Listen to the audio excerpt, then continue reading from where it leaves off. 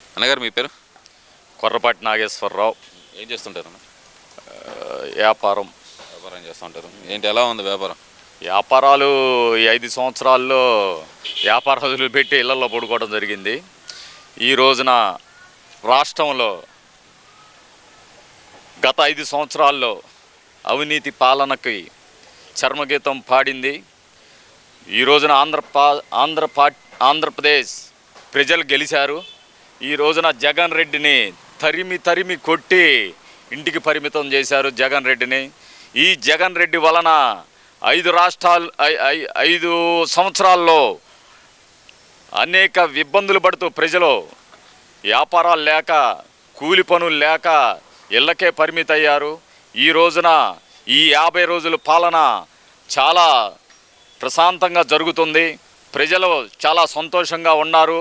ఈ రోజున సెంట్రల్ నుంచి వచ్చిన 15,000 కోట్ల రూపాయలను ప్రజలకి చాలా ఉపయోగపడుతుందనేసి ఈరోజు నేను తెలియజేస్తున్నాను. ఈ రోజున రాష్ట్రంలో జరుగుతున్న పాలన ప్రజలకి అందుబాటులో ఉండి రాజకీయ నాయకులు ప్రతి ఒక్కరు ఈ రోజున రాష్ట్రంలో చంద్రబాబు పాలన, పవన్ కళ్యాణ్ గారి పాలన చాలా బాగుంటుంది అనే ఆలోచనలో ముందుకెళ్తున్నారు.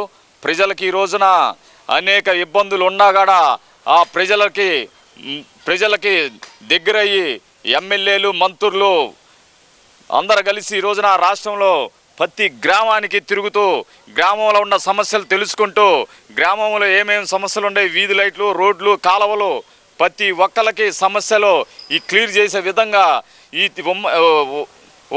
ఉమ్మడి అధికారాన్ని రాష్ట్ర ప్రజలు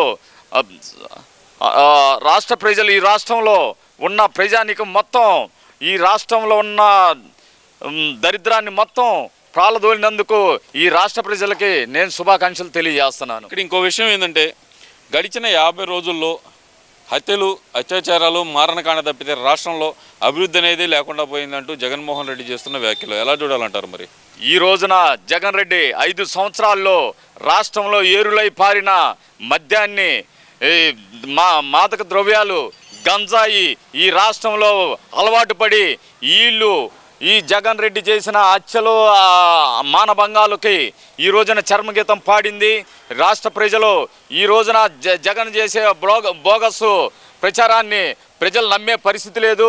జగన్ని ఈ రోజున రాష్ట్రంలో కాకుండా దేశంలో కూడా నా రాజకీయ నాయకుడు కానీ ప్రజలు కానీ నమ్మే పరిస్థితిలో లేరు.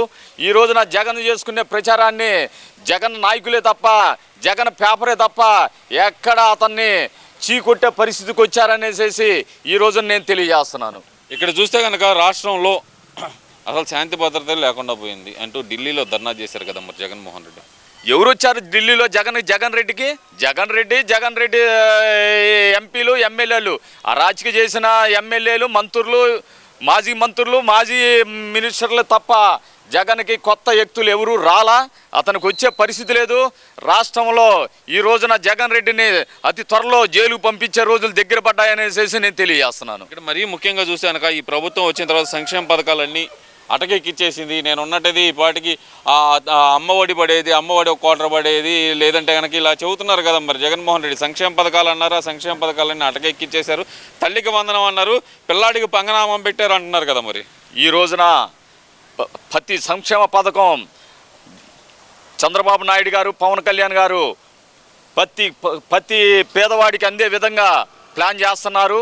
ప్రతి పేదవాడు ఈ రోజున సంతోషంగా ఉండాలనేసి అమ్మ ఒడి కానీ, లేకపోతే ప్రతి ఒక్క విద్యార్థికి ఈ రోజున లోకేష్ గారు ప్రతి ఒక్క విద్యార్థికి సంక్షేమ పథకాలు అందే విధంగా మిడ్ డే మీల్స్ కానీ, లేకపోతే అంగన్వాడీ టీచర్స్ కానీ, అంగన్వాడీ వాళ్ళకి కానీ ఈ రోజున లోకేష్ బాబు గారు అనేక సంక్షేమ పథకాలు తీసుకొచ్చి ప్రజల్ని మంచి దారిలో నడిచే విధంగా ఈ 5 సంవత్సరాల్లో దారి తప్పిన రాష్ట్రాన్ని ఈ రోజున మంచి గాడిలో పెట్టే విధంగా ప్లాన్ చేస్తున్నారనేసి నేను తెలియజేస్తున్నాను. ముఖ్యంగా చూస్తే కూటమి నాయకులు పవన్ కళ్యాణ్ గారు కానీ, లేదంటే చంద్రబాబు నాయుడు గారు కానీ, లోకేష్ గారు కానీ చెప్తుంది ఒకటే, మాది హత్య రాజకీయాలు మేము చెయ్యము, కక్షలు కార్పణ్యాలు ఉండవు. ఈ రెడ్ బుక్ ఏదైతే ఉందో, లోకేష్ గారు చెప్తుంది, ఈ రెడ్ బుక్ ఏదైతే ఉందో, ఈ రెడ్ బుక్ అనేది ఇంకా ఓపెన్ చేయలేదు. ఈ రెడ్ బుక్లో ఎవరైతే తప్పు చేశారో తప్పు చేసిన అధికారుల పేర్లు మాత్రమే ఉన్నాయంటే కనుక, ఉన్నాయని చెప్పి ఆయన గట్టిగా చెప్తుంటే, మరి జగన్మోహన్ రెడ్డి హత్యల కోసమే, అత్యాచారాల కోసమే ఈ రెడ్ బుక్ వాడుతున్నారని చెప్పి ఎందుకు చెబుతున్నారు అనుకోవచ్చు అంటారు? గత ప్రభుత్వంలో చేసిన హత్యలు, అరాచకాలు, దోపిడీలు, మట్టి శాండియా, ఇసుక శాండియా, ఈ రోజున రాష్ట్రంలో ప్రతి ఒక్క చాట వైసీపీ నాయకులు, వైసీపీ ఎమ్మెల్యేలు, మంత్రులు చేసిన అరాచకాలను ఈ రోజున మర్డర్లు చేసి, ఈ రోజున అనేక మానభంగాలు చేసిన నాయకుల్ని ఆ రోజున లోకేష్ బాబు గారు చెప్పారు, నేను మొత్తం రెడ్ బుక్లో నోట్ చేస్తున్నాను. రెడ్ బుక్ ఓపెన్ చేస్తే వైసీపీ ఎమ్మెల్యేలు, వైసీపీ మంత్రులకి నేను ఒకటే చెబుతున్నా, ఈ రోజున మీరు రోడ్ల మీద తిరిగే పరిస్థితిలో లేరు.